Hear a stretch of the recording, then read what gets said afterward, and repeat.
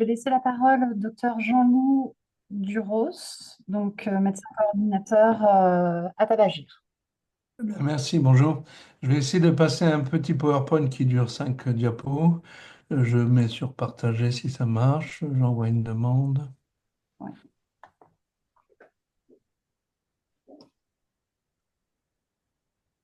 Normalement, vous pouvez. Ouais, voilà. Tabagir existe depuis une vingtaine d'années. Vous voyez le diapo? Oui? Non. Non. Alors, si vous ne voyez pas le diapo, Non, on ne voit pas le diapo pour le moment. il faut que j'appuie sur partager, je pense. Oui, je sais Oui. pas. Oui, c'est ça, partager l'écran. Voilà. Et puis,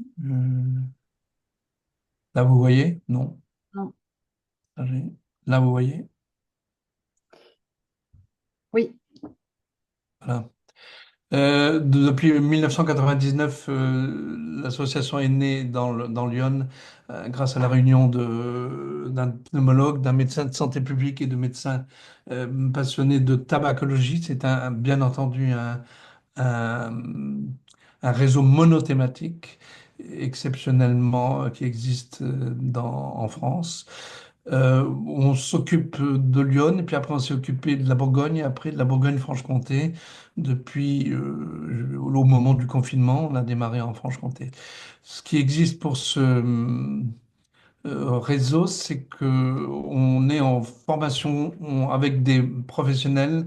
On donne 2 jours de formation à la fois des gens de premier recours qui sont des médecins, des sages-femmes ou des infirmières asalées pour une formation complémentaire, voire des infirmières aussi qui travaillent en coordination avec des médecins.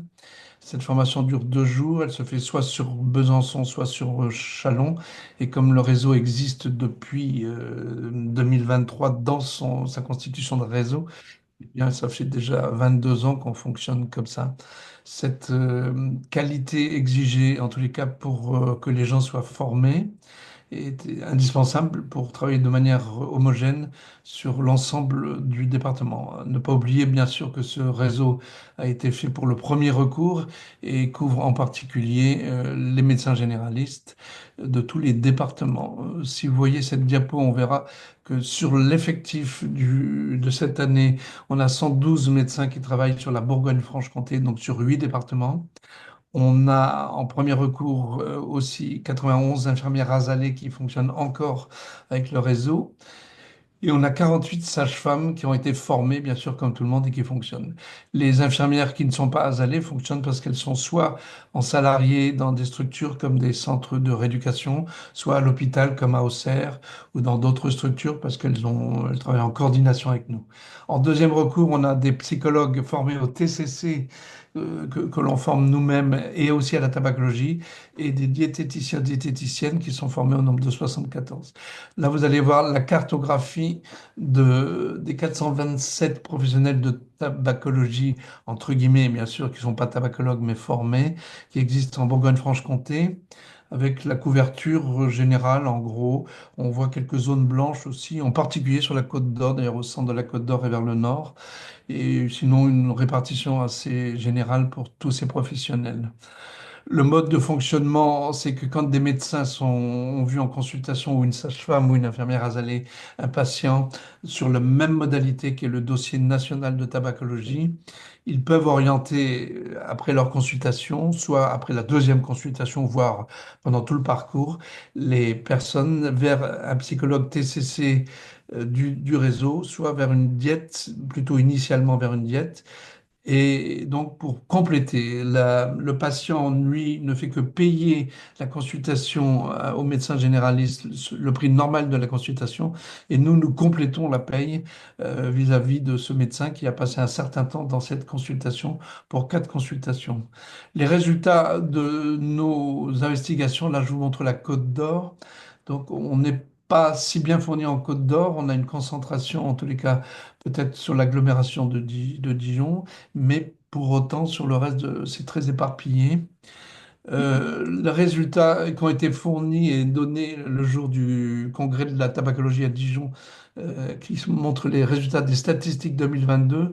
Voilà, sur 6633 personnes qu'on a pu étudier avec des repères sur les suivis au fil des temps, on rappelle les gens 6 mois et 12 mois après, montre que quand on fait une prescription avec de la diète en complément sur 6 mois, on a 40% de gens qui sont en arrêt. Sur 12 mois, on perd un peu, 33. Ce sont les meilleurs résultats qu'on ait dans ce suivi-là. Ça a été fait par une biostat qu'on a engagée pendant 6 mois pour faire ces travaux-là. Et puis, quand on a les TCC en plus, on a des bons résultats, mais moins bons qu'avec la diète. Et le cumul des deux fait un résultat intermédiaire. Pourquoi? Probablement parce que les problèmes sont plus complexes quand on a besoin à la fois de la diète et de la prescription et des TCC. Voilà le principe même du réseau. Les formations à venir vont avoir lieu en juin 25 et en septembre 25. On en donne 2 fois par an et on a formé pour l'instant à peu près 1000 personnes sur la Bourgogne-Franche-Comté. Pour autant, les membres actifs sont moins nombreux parce qu'il y en a qui abandonnent, d'autres qui partent en retraite, etc. Voilà le mode de fonctionnement du réseau avec un numéro de téléphone unique, une personne qui appelle et qu'on oriente en fonction de la personne formée au réseau la plus proche de sa résidence. Excusez-moi, je peux poser 2 questions, c'est possible? Ah bah, c'est même... Excusez-moi, je peux poser 2 questions. J'espère que vous aviez fini. Oui, oui. Ok, monsieur, je voudrais vous poser 2 questions. La première, c'est si j'ai bien écouté, vous nous expliquez que le patient passe par son médecin généraliste pour avoir éventuellement les consultations diète Il passe par un médecin général formé à tabagie. D'accord. Donc c'est-à-dire que L'ensemble des professionnels ont la même formation. Des médecins, ou des psychologues formés au TCC, on a tous la même formation. D'accord, donc ça veut dire que par contre, pour qu'un médecin tel que moi, par exemple, qui suis spécialiste, je veux éventuellement inclure un patient dans les consultations, je dois passer par la formation d'abord et après j'aurai cette capacité à pouvoir inclure un patient.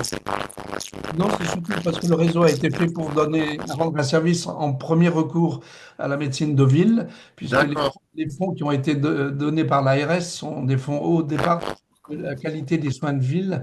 Et donc, dans le contrat qu'on a avec le CEPOM, avec l'ARS, c'est les soins de ville qui sont consacrés à ce. Et nous, on oriente ok. vers des centres quand il y a des complexités de situation.